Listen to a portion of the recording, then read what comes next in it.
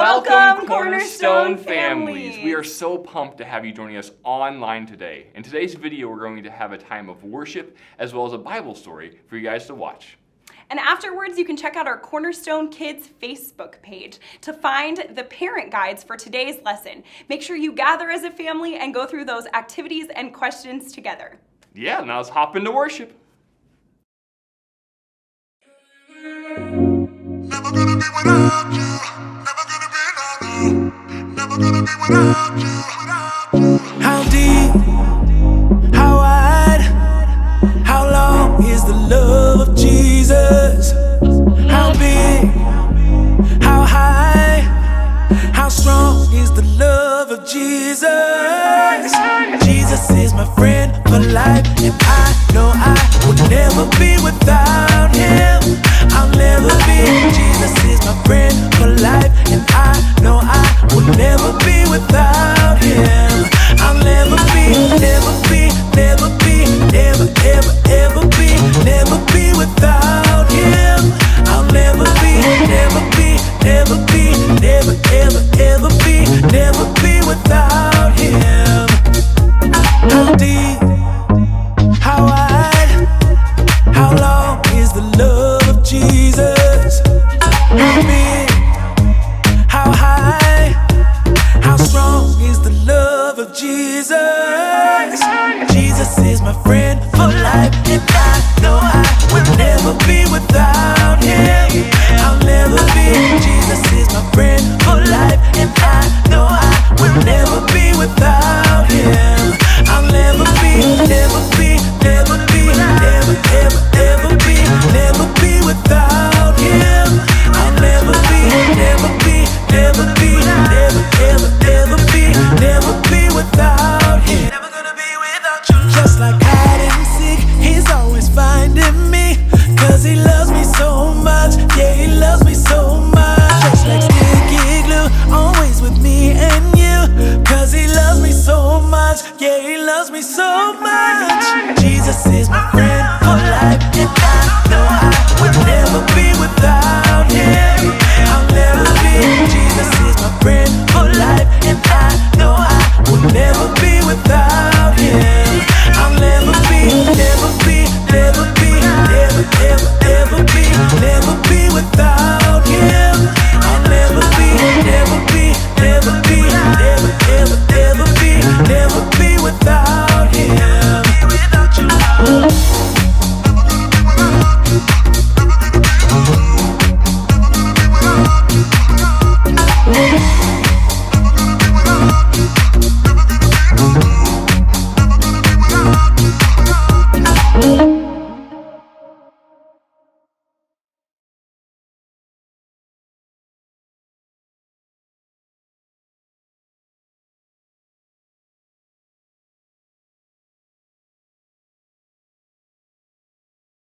Welcome to Story Lab. Let me take that. Oh, thanks, Zeke. This week, we're talking about respect, while we take a look at the story of some guys who weren't used to being picked first for anything. Amaya, what is this?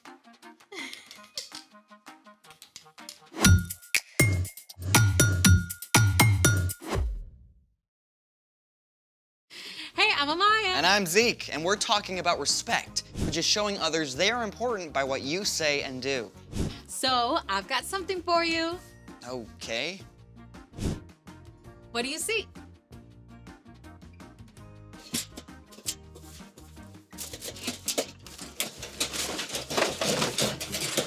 Trash. That's what I thought too, until I saw what my friend Abby does. Well, do I get to see too? Absolutely. I think she deserves a drum roll. Hey guys. Hey Abby, we're so excited to have you. Can you tell us a little bit about what you do? Yeah, so I make visuals to help people tell their stories. What kind of visuals? It can be anything. It can be a mural or string art or old clothes, and sometimes I make giant sculptures out of trash. That's cool. Is that what we're doing today? Actually, I had something else in mind. You gotta really look at your materials, so try it. It's crinkly. Yeah, exactly. It's crinkly, kind of like a peony petal is crinkly. Pirouette. It's a kind of flower. And so see this cardboard, how it's thick, but it's soft, so you can curve it around like a leaf. Yeah, I feel it. Well, how about this one? Oh, cool. See how in the center, it's like the shape of the inside of an anemone. What? It's a flower, Z. Oh, yeah, no, I was thinking some kind of sea creature or something. Well, we could totally do that too, but today I thought we'd make a recycle bin bouquet. I love it. Let's make it! Hey, this is something you can do at home, so follow along. So we're gonna start with some of that trash that we dumped out. We've got a piece of an old shopping bag here, and again, you can feel how it can start to feel like a petal. A petal. Some old magazine clippings. What is this gonna be? That's gonna be the center of a sunflower. With this on top, the inside of a cardboard box, and we're gonna use that egg carton that you found. Hey. Pass those on back now that you've felt them, and I'm gonna show you what our first step is. We're gonna start with this guy, because as you can see, we got a yellow bag, so that's gonna be our sunflower petals. Right. The first thing that you wanna do is cut a circle, and then you're gonna go through and make all the petals, one cut after another. So you can see that takes a little bit of time. So I went on and cut petals for you guys so we can make flowers even faster today. Thank you. Appreciate it. So you can pick up these, and what we'll start to do is take them, and just like we were feeling that paper, start to bend them like petals of a real flower. Because flowers aren't perfect. They have petals going every which way, and that's exactly what this paper lets you do. Okay, so bend. So you can bend them up. And take your next piece and do the same thing. How's that? That looks great. That looks to me like a flower out in the wild. Sweet. So when you've done that with both of them, then we get to glue them together. So you guys think you're ready to glue? Yes, I'm ready. Almost. So you'll take your bigger one. That's your bottom. So you'll take your bottom flower and use your glue gun, and be careful, it gets really hot. So remember, you're gonna wanna have an adult for this. So you just make a ring of glue and press the top flower down so that they stick together. And that's it. You've got your 2 layers of flour right there. Oh, I'm so excited to make glue. Here you go. Be careful. Thank you. Awesome. We'll pass this back down. We're gonna glue some more though. How do you feel? I think mine's looking really good. It already looks like a flower, right? Yeah. All right. So now we're gonna get to the green part that you asked about. Our little magazine clipping. And you wanna do little tiny snips. So you can see that definitely takes a lot of time. So I went on and did that one for you too. And you have this little thing that you can start to do the same thing with. Kind of crunch them around. Don't be afraid to wad it up, because again, flowers aren't exactly perfect. All the little pieces go in all different directions. So that's, you want it to ruffle up. How's it feel? It's looking good, I think. So we'll do the same thing with the hot glue gun. And you'll do a tiny little bit of glue. My turn. How does it look? There it it is. is. Sunflower. looks The great. center of the flower. So there it is. You've got your flower already going. But Wow. now, you know how the center of a sunflower has like a big lumpy bit in the middle? With all the seeds and stuff. Exactly. So that's what we're gonna make with this. So you see how the center of the cardboard has all that lumpy bumpy stuff? That perfectly makes the center of a sunflower where all the seeds are. So we cut it at an angle so we can roll it up like this. This is where it gets fun. You take the big end, roll. So you guys see we're making a big round center for the inside of our sunflower, and it's starting to look all nice and lumpy like the seed part, right? It's going. Yep, and then just glue down that little tail. And the next thing you'll do after that is on the flat side. So you guys can see we're gonna glue it down in the center of our flower. Right in the middle of the green bit, like this. There you go. That's the trick. Not too much, there you but just enough. Alrighty. Yeah, that looks perfect. Yay! There's the center of it. All our flower needs is a stem, right? Right. So what we have that we use for that, this is some floral wire, which means it's green already on the outside. You can get that at a craft store, but you could use any wire that you guys have at your house. And so what I did is I went on and attached a little piece of cardboard to the top because we're gonna use the end of our egg carton and it has a hole in it. So what we're gonna do is put a little glue right around the bottom. So just like stringing a bead or threading a needle, you're gonna put that wire right through that hole and pull that square down into the base of it. Pull it in nice and snug. Got it. Perfect. And then we'll attach it to our flowers. So Zeke, while you're doing that, the next step is to put the glue right here on these things that look like petals. And that's what's gonna hold our flower all together. And then your flower goes on like a hat. And that looks great. Perfect glue. There you go. Wow. And you can bend your flower any way you want so it looks like it's out in the field and blowing in the breeze. And there it is. Your finished sunflower Look at from that. trash. Wow. Wow, this is lovely. Yeah. It's amazing how you looked at a piece of junk and saw this. And what's super cool is we can do the same thing with people too. Like people flowers? More like if you really see people and get to know them, then you can, see things that are overlooked, see the texture in everybody, see all of their quirks that makes every single person uncommonly beautiful. And that is exactly where we're going today. It's time for The story before the story. Today, we're in the third book of the New Testament, Luke. But before Luke, in the very beginning, out of a deep, deep love, God made an amazing world. But when people turned away from God, the world was broken.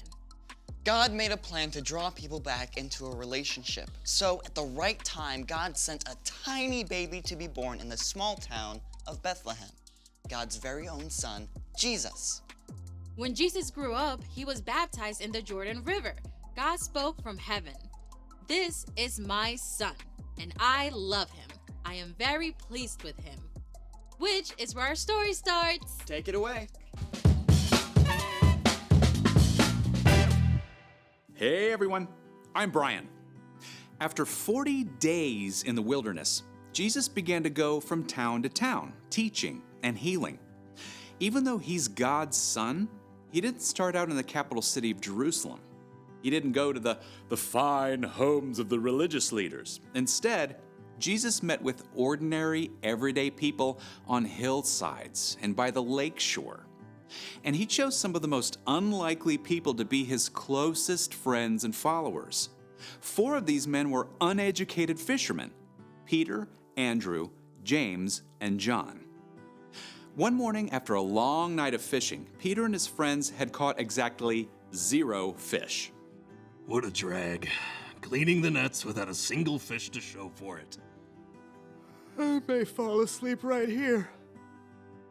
This morning, the fishermen weren't alone on the beach. Jesus was standing on the lakeshore, and though it was early, a huge crowd had gathered. They were so eager to get close to Jesus that they jostled and shoved, backing him right up to the water.